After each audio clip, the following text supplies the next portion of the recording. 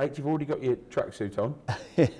What on earth has made you come out of retirement to take Birmingham over for 3 games in a relegation battle?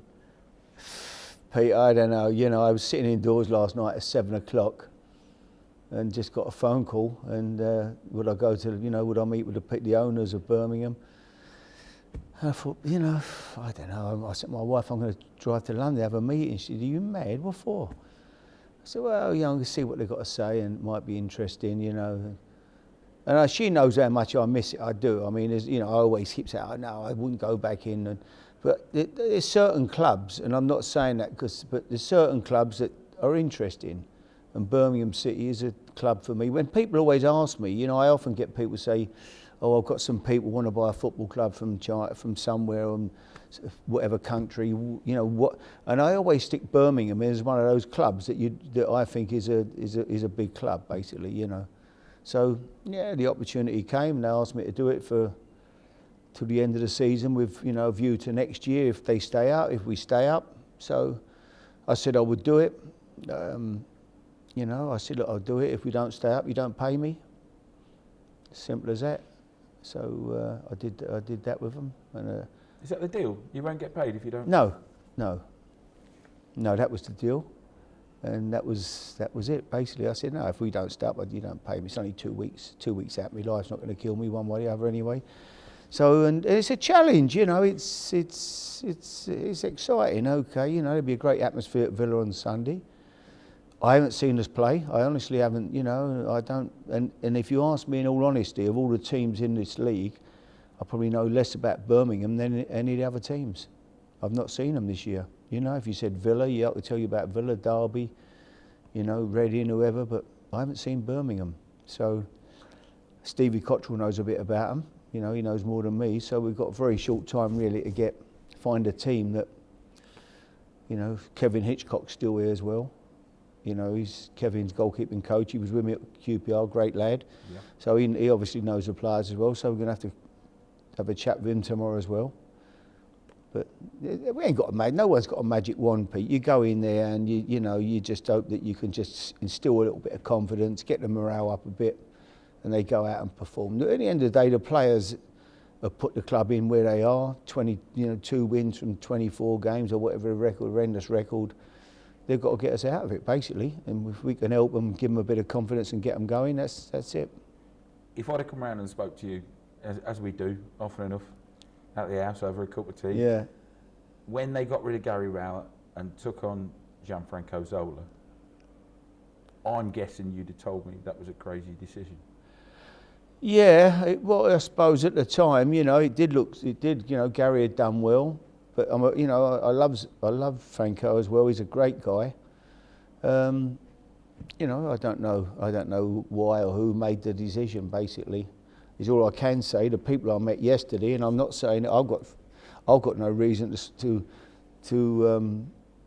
what's the word I'm looking for? Be over nice to people, because as I say, it's only a short term for me. It ain't going to be long term. But the people that I met, I was very impressed. They were nice people, and they've got big plans for this club. And I think in the summer, to get out of trouble this year, because this club will move forward, I think, in the right direction in the next few years. You fancying the second season then? Would I fancy the next season? If we stay up, yeah, I would be interested. I would be interested. Obviously, you'd have to look at it all, and if you could put a good team together and have a go and see if you can, it'll be like it's a similar situation I walked into at Portsmouth. I took Portsmouth over, I think, with about 4 games to go. Funny enough, came to Birmingham and scraped the point. Drew at home to Watford, just about got out of trouble. I took 4 games to the end of the season, and then Milan asked me to stay, and I stayed the end of that year, and I took over the team the following year, and we won the league, walked away with the league. Without spending big money under Milan. We didn't spend money. We picked up people on frees, and good players like Harry Andersou from Wigan on a free, and people like Paul Merson came from Villa, and we put a team together, and it was great. And I think you could do the same with Birmingham. This weekend is a biggie. I mean, you've got Huddersfield and Bristol as well, which Steve will know all about, Steve Cottrell. Yeah. But Villa Park, you haven't got good memories there, have you? Well, I've got good memories of winning there all the time. To be honest, you know, I've been very successful there with teams, but I haven't got very, you know, I've got good memories of the crowd. Certainly, I've had some abuse there, and then Natter threw the coin at me. I hope he's not sitting behind me again on Saturday. Hopefully, they took his season ticket away for life for what he did. But he hit the linesman with a coin that was meant to hit me, missed the linesman's eye by that much, but split his head open. And he was sitting with his little boy. So I mean, really, not an example to set to your kids. You didn't have very good things to say about the Villa fans at the time, did you? I mean, have you changed your opinion? Yeah, this is only a minority, Pete. It's like anywhere. You know, the ones with the biggest mouths shout the loudest, don't they? I know loads of Villa fans. You know, I've got pals who played at Villa, people like Mickey Wright and people like that I still talk to, and you know, Charlie Aitken and people. You know, so Peter McParland is still a pal of mine. He was a legend, you know, and Peter plays golf down where I live, and I see a bit of Pete. So, now, listen, Aston Villa's a great football club, one of the great football clubs. And Stevie's gone there, Stevie Bruce, big pal of mine, and you know, he'll turn it round there. But Birmingham's also is a big club, is a great club. So, you know, hopefully you could have two clubs that can start to rise and go back where they belong. They've had a couple of sore losses. After 5 wins on the bounce, yeah, Villa, you know, taking a pounding against Reading and against Fulham. Good time to face them if you can rally the troops. Yeah. I mean, you know, it's like everything, isn't it? You've got to make sure you quieten the crowd down early. You don't want to give them an early start. That first 15 minutes are all important. They get an early goal, they're back there, their towels are up, the crowd are behind them.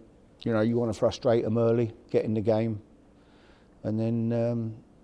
You know, that's going to be important, I think. It'll be a good atmosphere. What's the first thing you say tomorrow, Harry? Because you're in tomorrow, aren't you? Yeah. Training session. I mean, have you spoke to Steve? I mean, No, I'm just going to sit down with him, have a cup of tea now and have a chat. But I'll have a meeting with the players.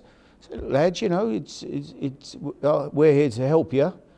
You know, we've got to show a little bit of character now, get ourselves out of it. We're in trouble. We've got some, you know, the performance dipped the last, you know, couple of months, but... we've got to get back to where you were before, and you know, only you can do it. We're here to help you. You know, we'll encourage you, we'll push you, we'll work with you on the training ground. But when we get on that football pitch, it's up to you. You've got to start performing. You're at a good club.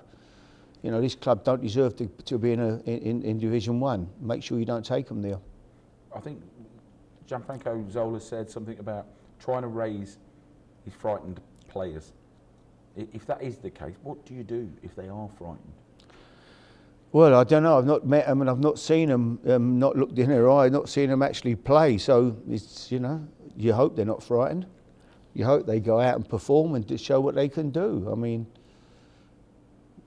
you know, but until, as I say, until I actually get to know them, to see them tomorrow, for just, you know, you've got 3 or 4 days. You've got 3 games in 14 days. You know, it's difficult, isn't it? You know, as I said earlier, Sam Allardyce goes into Palace, the first 5 or 6 games. Paul Clements goes into...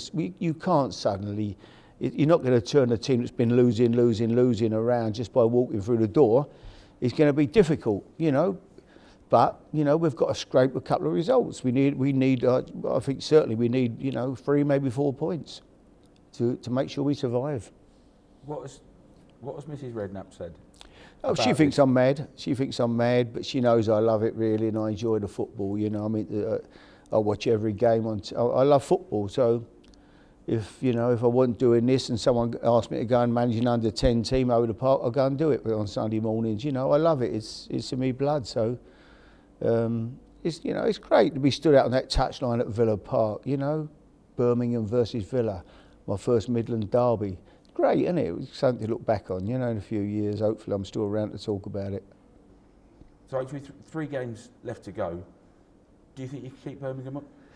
Well, obviously, you know, I wouldn't have took it if I didn't think we had a good shot at it, Pete. So they're tough, as I said before, they're tough games. But, you know, I'm confident that I'm hoping the players are good enough and their attitude will be right, and, you know, that we can get something out of them and that we can get a result or 2.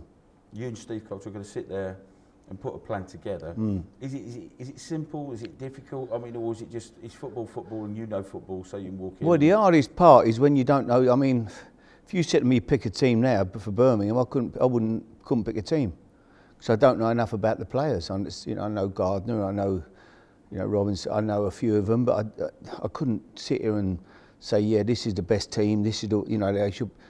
I'm going in pretty blind. Stevie's got more idea about Birmingham than I have. So, but we'll have a look tomorrow and pick a few people's brains and see what we come up with, really, and hopefully can find a winning solution, winning formula that can get us a result or two.